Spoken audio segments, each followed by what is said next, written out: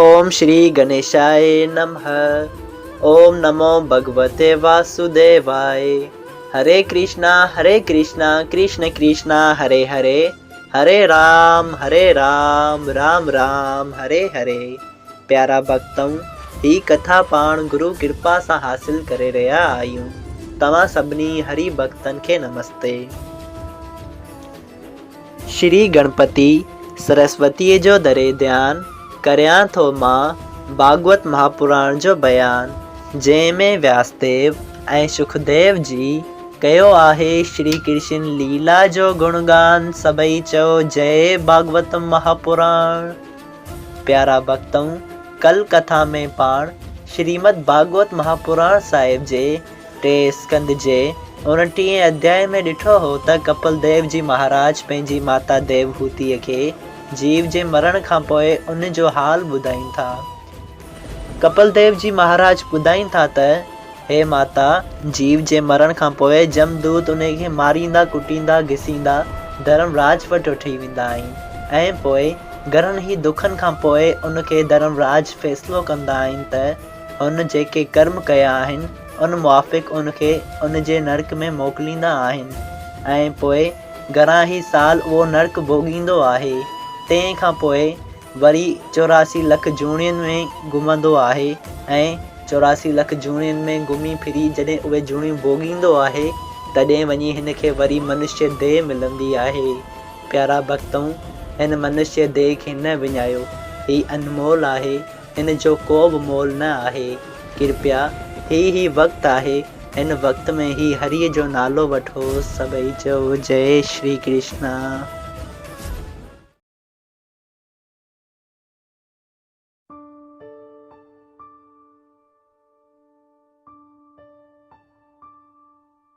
अॼु पाण श्रीमद भागवत महापुराण साहिब जे 3 स्कंद जो 30 अध्याय शुरू करे रहिया आहियूं, जंहिंजो नालो आहे देवहूतीअ खे कपिल देव जी जो ॿुधाइण त पाप करण वारे खे कहिड़ी सज़ा मिलंदी आहे। कपिल देव मुनि चयो त हे माता, जो आदमी पापन करण करे जमपुरी में वञी नर्क भोॻींदो आहे, तिन पापन जी सज़ा मिलण जो अहवाल तोखे जुदा जुदा करे ॿुधायां थो, जेको तूं ध्यान ॾेई ॿुध। जेको आदमी कंहिंजो माल ज़बरदस्तीअ सां खसींदो आहे, उनखे जमदूत वॾे ऊचे पहाड़ ते चाढ़े हेठि पत्थर जे फर्श ते किराए छॾींदा आहिनि, जीअं त उन जो हॾ हॾ भॼी पवे ऐं सिरड़ियूं उन जो मांस खाईंदियूं आहिनि। प्यारा भक्तों, सिरड़ियूं हिकु जीव जो नालो आहे ऐं पोइ हिकिड़े क़िस्म जा पखी उन जो रत पी चवंदा अथसि त जेतिरो धन तो ॿियनि जो वरितो आहे, ओतिरनि कुल्पनि ताईं तुंहिंजो इहो हाल हूंदो। ही ॻाल्हि ॿुधी उहो जीव दुख पाए पछताए सोच कंदो आहे ऐं पछताईंदो आहे, पर उन जो साह न निकिरंदो आहे।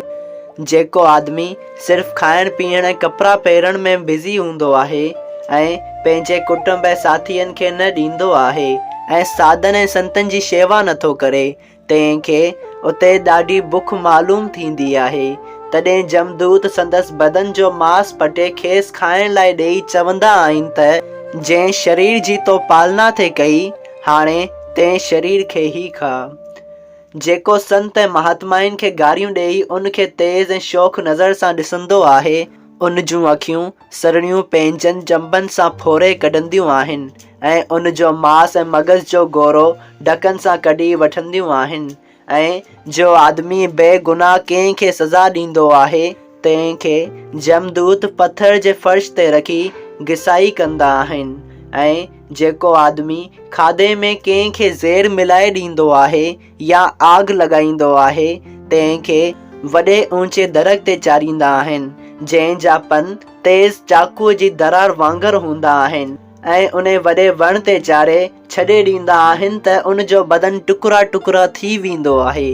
जो आदमी पराई स्त्रीअ सां भोग कंदो आहे, उन जे बदन ते लोह जी मूरत ठाहे बाह में तपाए ॻारे करे चिंबराए छॾींदा आहिनि। जेको ॿिए जी अमानत बेईमानी सां खाई वेंदो आहे, तंहिंखे आग जहिड़े तपल ज़मीन ते लेटाए गरम तेल बदन ते हारे ॿरंदड़ तेल जी कढ़ाई में विझंदा आहिनि, तॾहिं बि साह उन जीव जो नथो निकिरे। जो आदमी बेगुनाह जीवन खे मारे थो, तंहिंखे लाल वछ नाले नर्क में जो रत पून सां भरियल आहे उन में विझी पाणीअ वांगुरु उहो रत उनखे पीआरींदा आहिनि। जेको निया, पंचायत, शायदी ऐं अदालत कोर्ट वग़ैरह में कूड़ ॻाल्हाए ग़लति बयानी ॾींदो आहे, तंहिंखे वॾे उन अंधियारे खूह में जो नागनि ऐं विछुअनि सां भरियल हूंदो आहे उन में बार बार विझी वरी वरी कढंदा आहिनि। तॾहिं हू नांगनि ऐं विछुअनि जे काटण सबबु ॾाढो दुख पाईंदो आहे। हे माता, अहिड़ी तरह जो पाप कंदो आहे तंहिंखे उते अहिड़ी सज़ा मिलंदी आहे। सभई चयो जय श्री कृष्णा। प्यारा भक्तों, हिन संसारी माया मोह में वेड़जी पाण अलाए केतिरा अंजाने में ख़बर न आहे केतिरा ई पाप करे रहिया आहियूं। पाण खे ख़बर न आहे त पंहिंजे हथां केतिरा जीव हिकु ॾींहं में मरी वेंदा आहिनि। तंहिं लाइ कृपया भॻवान जो नाम जाप करियो ऐं उनजो सुमरन कयो। ऐं प्यारा भक्तों, जहिड़ी तरह मोबाइल में या टीवी में एड ईंदो आहे जंहिंखे पाण वफ़ो चवंदा आहियूं, तहिड़ी तरह ही नरकनि जो बयानु ऐं उन्हनि में ॾिनल सज़ाउनि जो हिकु एड हो जंहिंखे आम तौर ते पाण सिंधी वफ़ो चवंदा आहियूं।